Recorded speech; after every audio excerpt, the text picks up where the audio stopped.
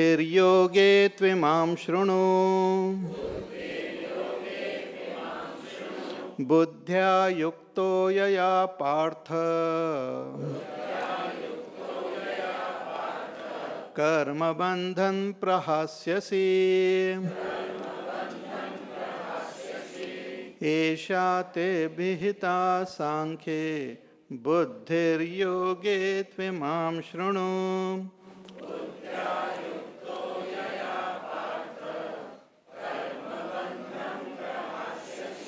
हाँ, अर्जुना, भगवान says कि एषा ते अभिहिता सांख्ये, that till now I revealed to you Sankhya, Sankhya Buddhi.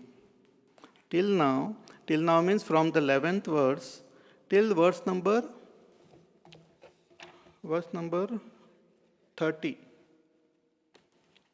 Let me verify. Verse number 30. Bhagwan, what he revealed is called Sankhya. Verse number 31 to 37, Bhagwan gave worldly wisdom why Arjuna should fight. That is not included in Sankhya. So from 11th verse till verse number 30, what Bhagwan revealed is Sankhya. Sankhya means knowledge, knowledge of the self. Knowledge of the self. It is that knowledge which happens when a person reaches the state of enlightenment.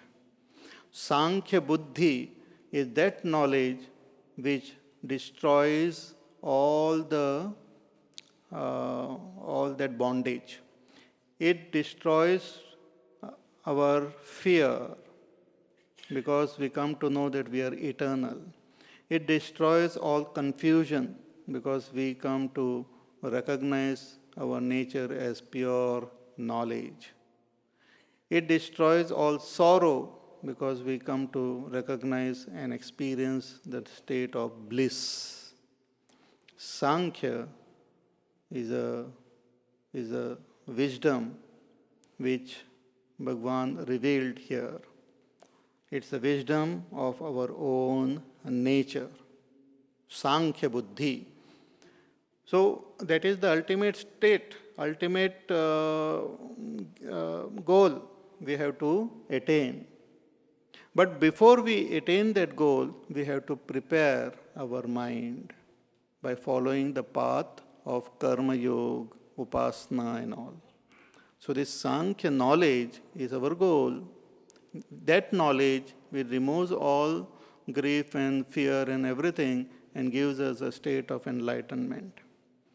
In the Ramayana, Tulsidas ji mentions very beautifully.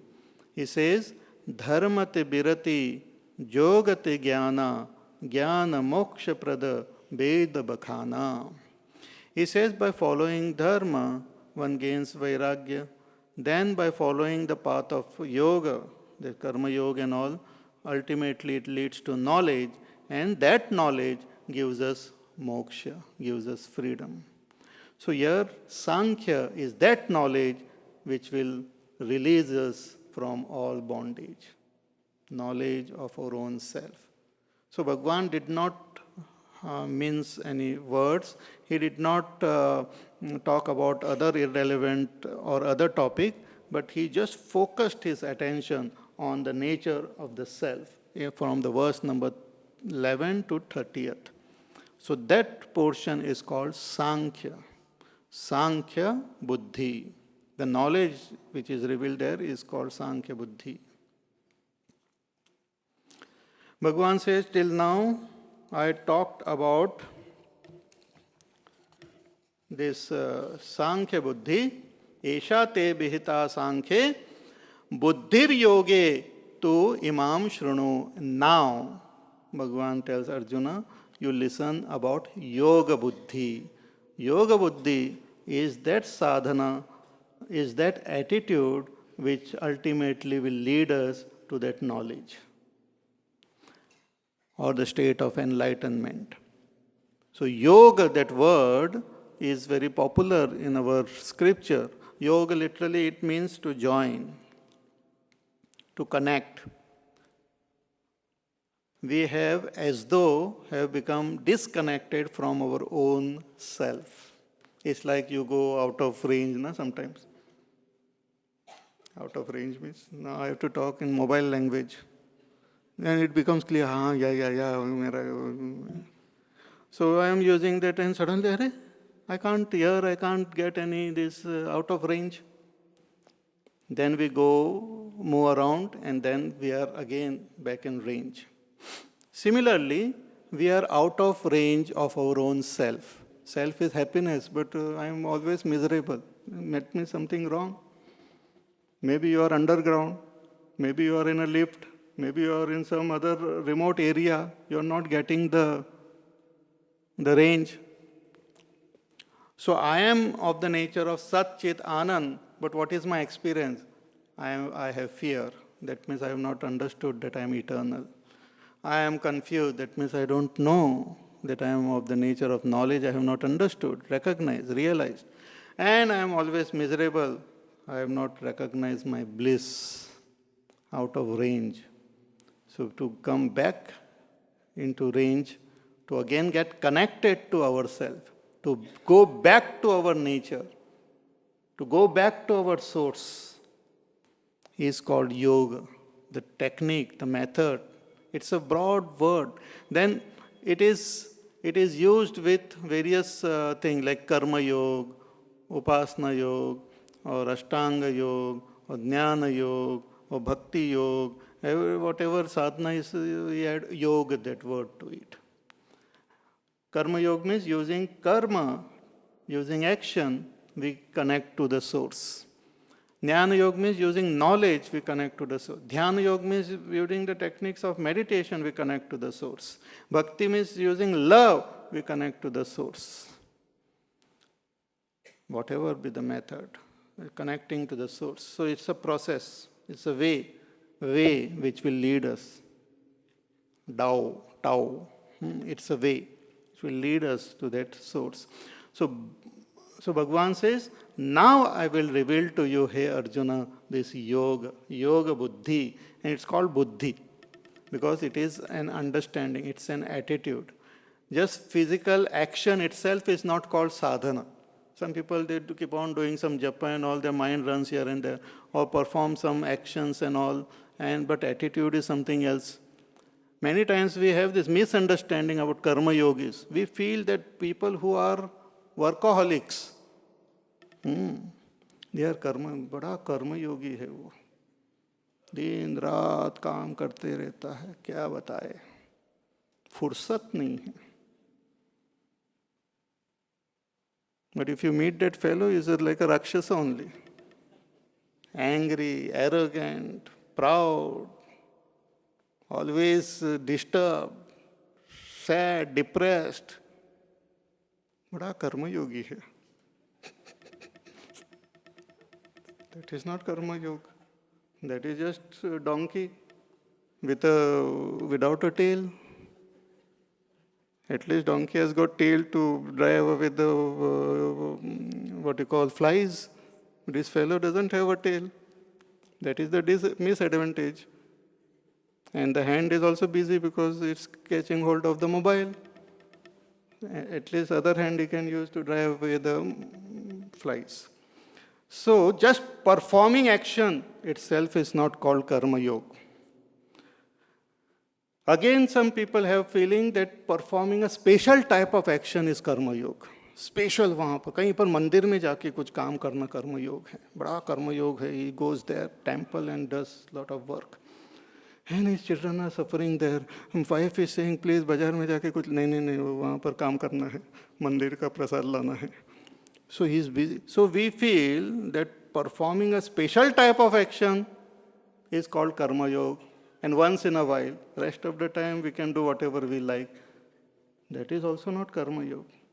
As our Gurudev says, that it is not performing a special action, it's performing all action in a special way. Performing all our action in a special attitude. It's called karma yoga. It is not It's not something which can be done only on a particular time or place. It's a 24-hour affair. Even our sleep can be karma yoga. Our walking, our talking, our eating, our fighting, our struggling, our crying, our weeping, everything can be karma yoga. It's a attitude of life, of living. How you live, because our life is made up of action.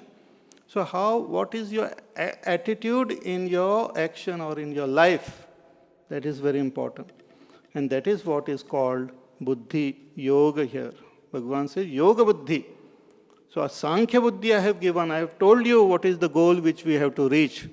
But I am telling you now the method, how you will reach that goal. It's not just dry philosophy like just talking in the air about some enlightenment and confusing the person. Bhagavan says, no, systematically, beautifully, as we will see, very beautifully things are revealed. And Bhagavan praises this yoga buddhi. He says, buddhya yukto yaya partha karma bandham prahasyasi. Hey partha, when you are endowed with this attitude of proper attitude in your action, the action first is gross, physical. Slowly it becomes at the level of your emotions. Then it comes at the level of your intellect, and it transcends the intellect also. It's beautiful. So when it is totally physical outward, it's karma yoga. Then it comes at the level of your emotion, it becomes upasana. Then it goes further at the level of intellect, it becomes jnana yoga. And then it transcends that also, becomes dhyana. So this everything, you will reach that through this attitude itself. Buddhya yuktaha. By endowed with this buddhi, hey partha, karma bandham prahasyasi, you will become free of all bondage ultimately. It will lead you to that state of enlightenment. It's like that slide in that garden and all. No? Children sit there, and once they jump from there, then they just come down. This slide. They don't have to do anything. Similarly, once we take the path of this karma yoga, the right attitude, that itself will take us. That's what in 3rd chapter Bhagavan says, Sve sve karmani abhiratah siddhim vindanti manavaha. That just by performing your duties with proper attitude, you will attain that siddhi, you will attain that state of enlightenment, like Raja Janak attained, like so many other great seekers attain. So Bhagavan tells Arjuna that this is a clear demarcation. This is Sankhya Buddhi, and now I will talk about Yoga Buddhi. Not understanding this, what is said in this shloka, Arjuna raises a question in the 3rd chapter that we will see when we come. But he had this question about the confusion regarding karma and knowledge. He said, if I have to gain knowledge, then why perform karma? Are Baba, that knowledge is the ultimate goal, but through karma, you will reach that goal. You cannot reach it. It's like suppose I am showing you a temple up on the hill, and I say there you sit and meditate, or there you will have darshan of Bhagavan. Now walk. Now walk what? You said just open your eyes and have darshan of Bhagavan. But you are here. Temple is there. So you have to walk to reach that state. Similarly, Sankhya is the goal which Bhagavan revealed, the nature of the self, and through this yoga, you will reach that state. So that Bhagavan says, I will reveal. So buddhya yukto yaya partha, hey partha, karma bandham prahasyasi, you will become free of all your shackles of this karma. You will transcend karma. You begin with karma, and you will conclude by transcending karma. You will begin with desire, and you will reach a state of desirelessness. You will begin with action, and you will reach a state of nishkarmya, freedom from action. You will begin with struggle, and you will reach a state free from all struggle, all pain, state of absolute bliss and absolute peace. More we will see in our class tomorrow.